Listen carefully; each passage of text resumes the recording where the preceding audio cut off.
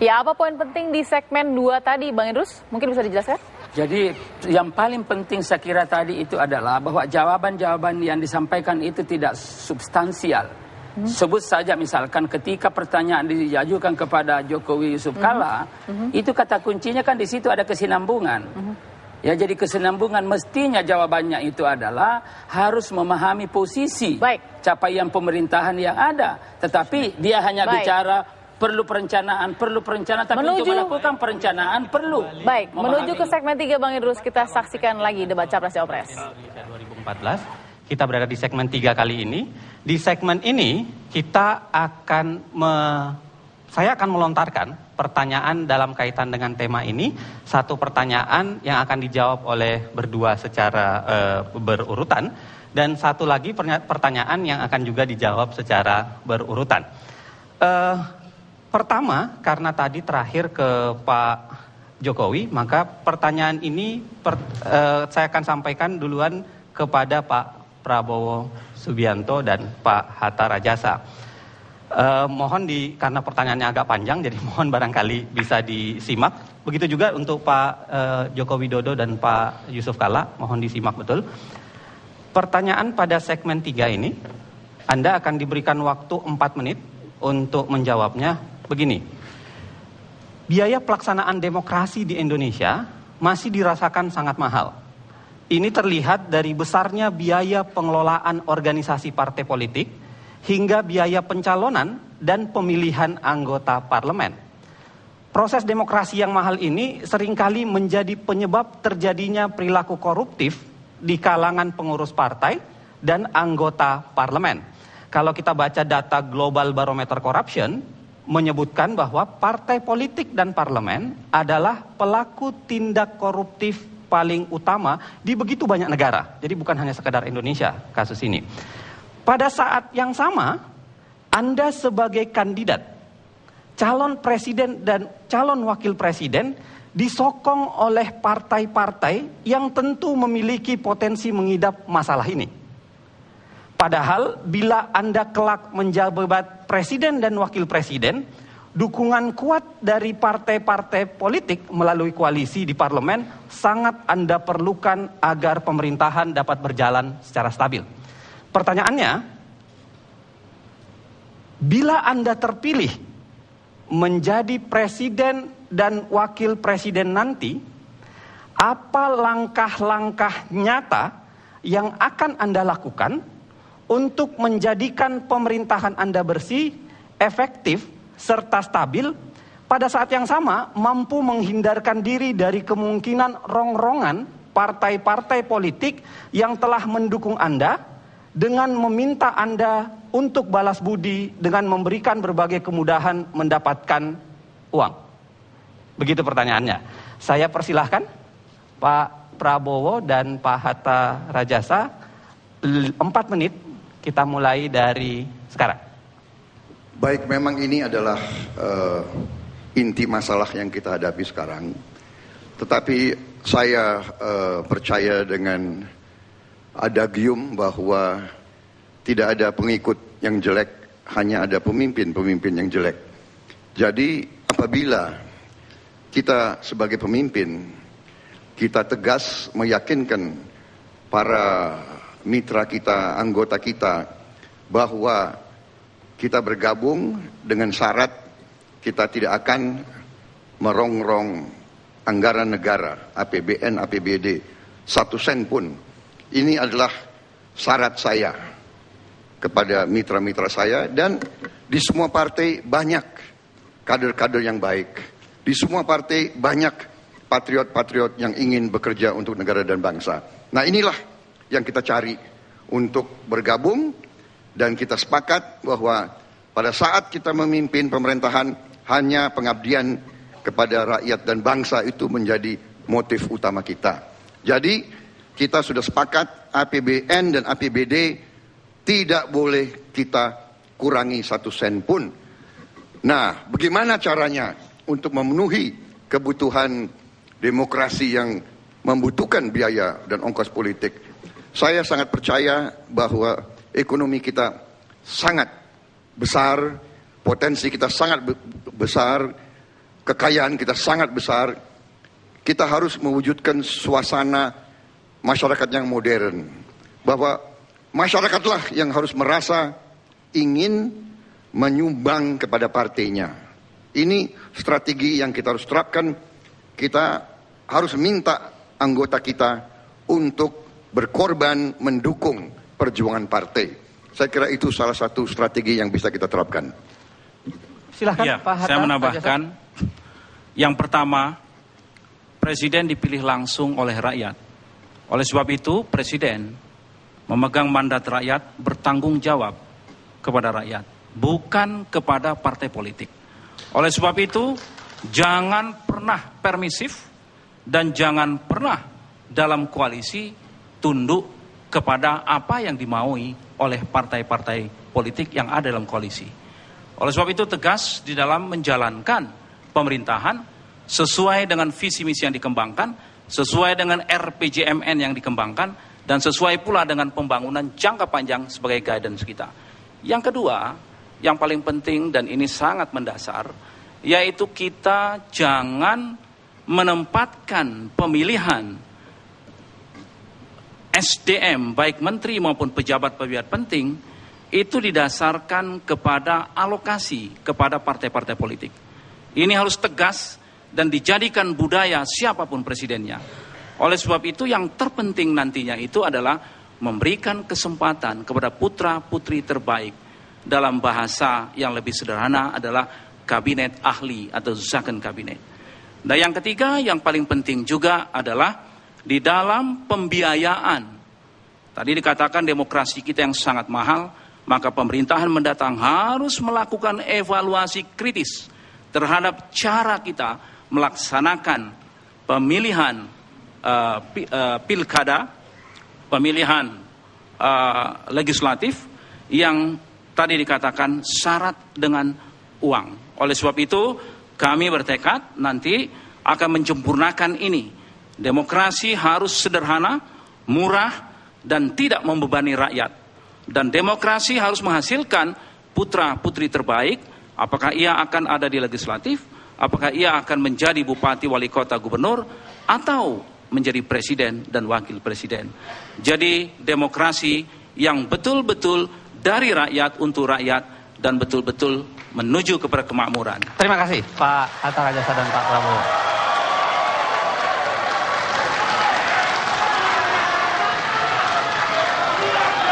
Baik, terima kasih hadirin sekalian.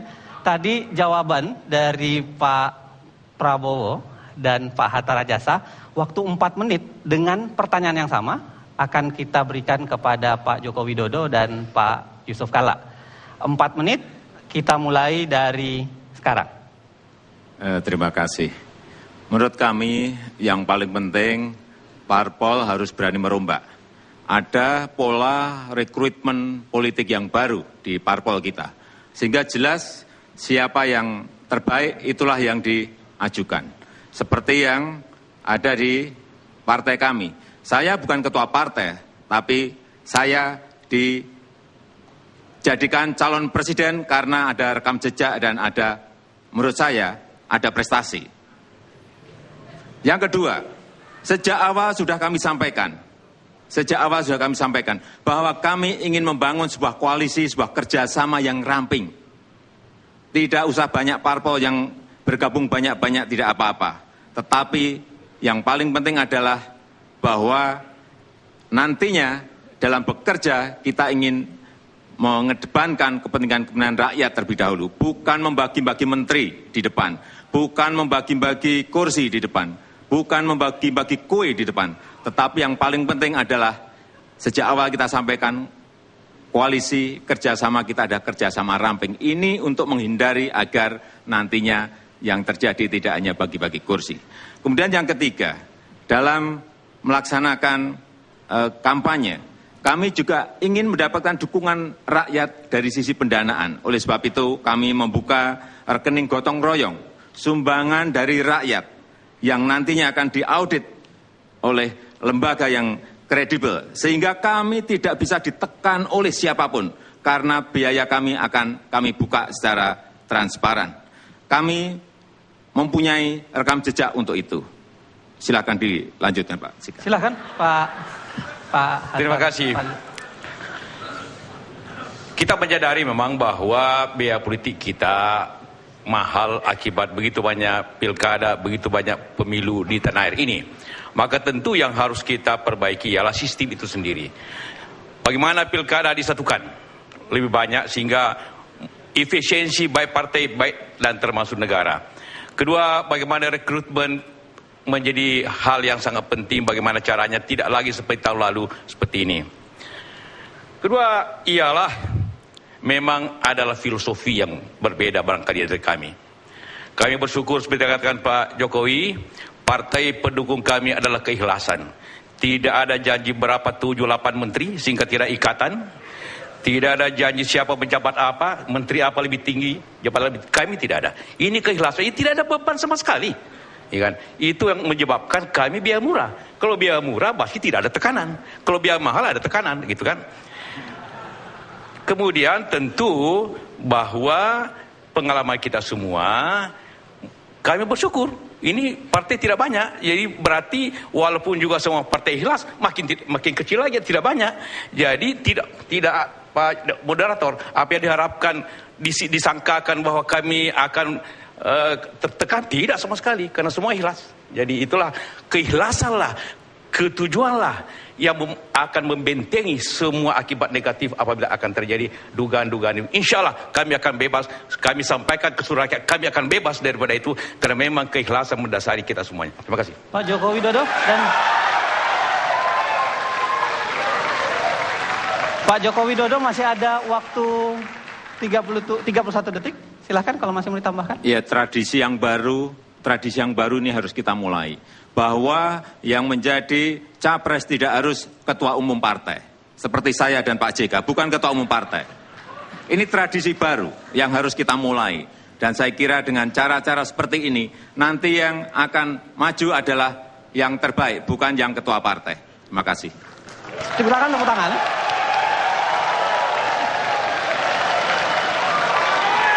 Bapak-bapak, ibu-ibu dan bapak-bapak sekalian, lagi-lagi ibu-ibu dan bapak-bapak sekalian, saya mohon untuk tidak tepuk tangan, tidak bergumam, tidak mengungkapkan sesuatu ketika belum saya persilahkan. Lagi-lagi sederhana karena kita ingin menjaga agar perdebatan itu bisa didengarkan dengan baik. Jadi mohon Anda tidak untuk bertepuk tangan sebelum saya mempersilahkan. Lagi-lagi begitu, saya ingatkan sekali lagi ya. Sekian, begitulah tadi pertanyaan pertama yang kemudian sudah dijawab 4 menit oleh pasangan nomor 1 dan 4 menit oleh pasangan nomor 2. Kita pindah ke pertanyaan nomor 2. Tapi sekarang kita balik. Kita akan persilahkan dulu Pak Joko Widodo dan Pak Yusuf Kalla untuk menyimak, dan saya ingatkan juga barangkali bisa disimak pertanyaannya. Saya akan bacakan. Negara Indonesia adalah negara yang dibangun dalam kerangka Kebineka Tunggal Ikaan. Bhinneka Tunggal Ika adalah semboyan bangsa yang sudah sejak dahulu menjadi bagian dari cita-cita para pendiri bangsa. Sayangnya, saat ini kenyataan kadang-kadang berkata sebaliknya. Ada pelanggaran hak asasi yang dilakukan kelompok mayoritas atas minoritas. Juga ada gejala sukuisme dalam pemerintahan daerah dan berbagai gejala lainnya yang telah nyata-nyata merusak semboyan dan cita-cita mengayomi Bhinneka Tunggal Ika. Itu. Pertanyaannya adalah, mohon disimak, kerangka hukum apa yang akan Anda bangun? Kerangka hukum apa yang akan Anda bangun untuk memperkuat terbangunnya masyarakat yang berpegang pada prinsip Bhinneka Tunggal Ika? Yakinkan kepada rakyat Indonesia saat ini, yakinkan pada rakyat Indonesia bagaimana Anda akan menjaga prinsip Bhinneka Tunggal Ika tersebut dari pihak-pihak manapun yang ingin merusaknya.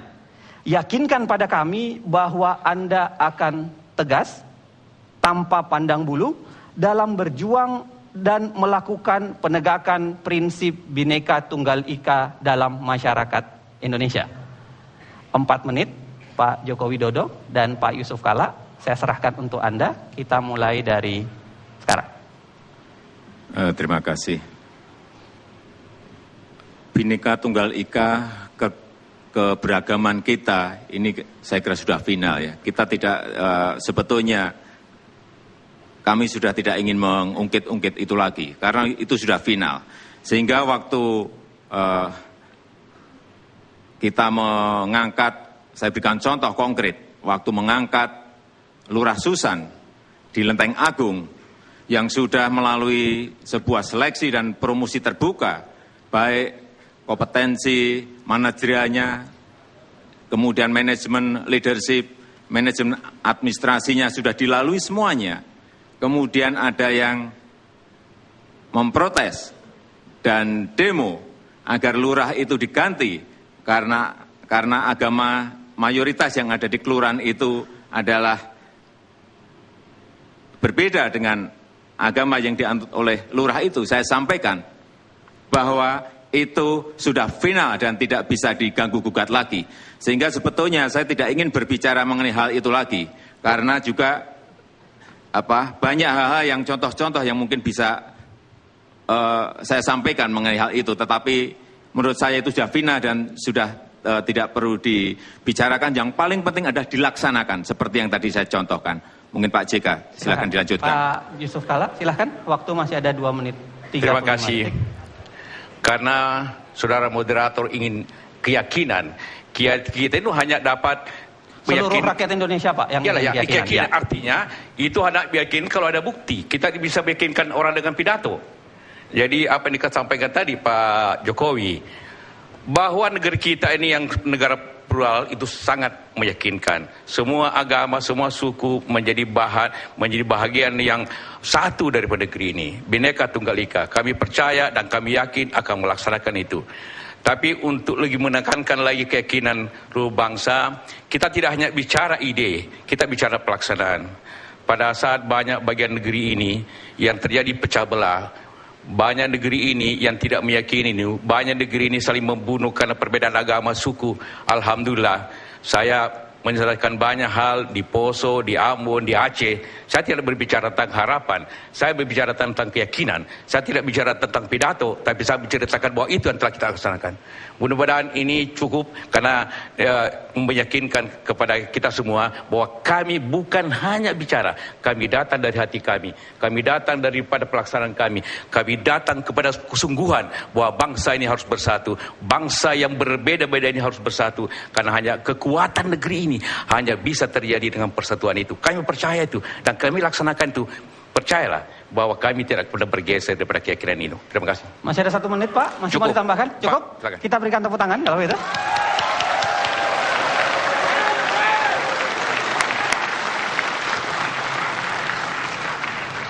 Pak Prabowo dan Pak Hatta Rajasa, pertanyaan yang sama. Mudah-mudahan Pak Bapak masih mengingatnya, masih ini. Anda diberikan waktu 4 menit untuk menjawabnya. Saya persilahkan. Kita mulai dari sekarang. Silahkan, Pak. Baik, terima kasih. Pertanyaan tadi adalah kerangka hukum apa yang akan dibangun untuk menjamin nilai Bhinneka Tunggal Ika. Kalau kita bicara itu, sebetulnya piranti hukum yang ada di bangsa kita sudah cukup. Undang-Undang Dasar 1945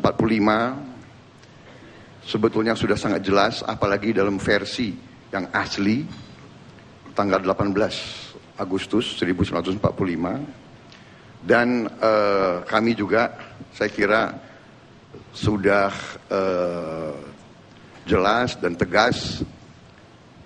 Ya, kami yang mencalonkan orang minoritas menjadi wakil gubernurnya Saudara Joko Widodo, Saudara Ahok, waktu itu cukup kontroversial, tetapi saya sebagai pimpinan Partai Gerindra, Ketua Dewan Pembina, sayalah yang keras mempertahankan waktu ada serangan-serangan bahwa tidak baik atau tidak mungkin orang minoritas menjadi wakil gubernur, saya kira saya mengambil satu sikap yang diketahui oleh umum, yaitu komitmen kita terus-menerus, tetapi intinya bukan kerangka hukum. Menurut saya intinya adalah pendidikan, intinya adalah contoh, intinya adalah keteladanan daripada semua unsur pimpinan. Jadi saya menegaskan di sini bahwa kami dalam kegiatan sehari-hari terus-menerus berusaha memelihara suasana Bhinneka Tunggal Ika itu. Dalam rekrutmen politik, kita benar-benar menjaga Bhinneka Tunggal Ika. Memberi kesempatan politik juga demikian. Jadi kerangka hukumnya sudah bagus, tinggal penegakannya dan keteladanan yang harus diberikan. Dan untuk itu saya kira komitmen Partai Gerindra itu sangat jelas. Partai-partai lain juga di tempat kami sangat jelas. Kami tidak main-main dengan masalah Bhinneka Tunggal Ika ini. Pak Hatta. Silakan Pak Hatta, masih ada satu. Keberagaman dan kebinekaan adalah rahmat anugerah Allah Subhanahu wa taala yang harus kita pelihara dan harus kita jaga dengan baik. Negeri ini dibangun atas dasar keinginan bersama untuk hidup bersama dalam negara kesatuan Republik Indonesia yang diaduk oleh sentimen kesejarahan dari rasa nasionalisme dan multikulturalisme. Meniadakan satu di antara itu hanya akan merusak yang satunya. Oleh sebab itu kebinekaan adalah harga mati bagi kita semua, dan kekuatan bangsa kita justru terletak keberagaman dan perbedaan itu. Oleh sebab itu kami berdua meyakini bahwa keberagaman, kebinekaan, perbedaan adalah rahmat, justru menjadi kekuatan kita dan kemampuan kita untuk merawat, memelihara, menjaga, saling menghormati, saling melindungi, yang mayoritas melindungi yang minoritas menghormati yang mayoritas, apapun latar belakangnya adalah kekuatan bangsa ini.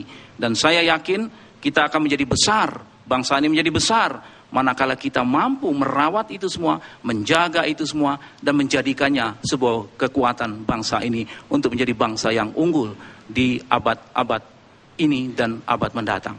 Terima kasih. Cukup, Pak. Silakan.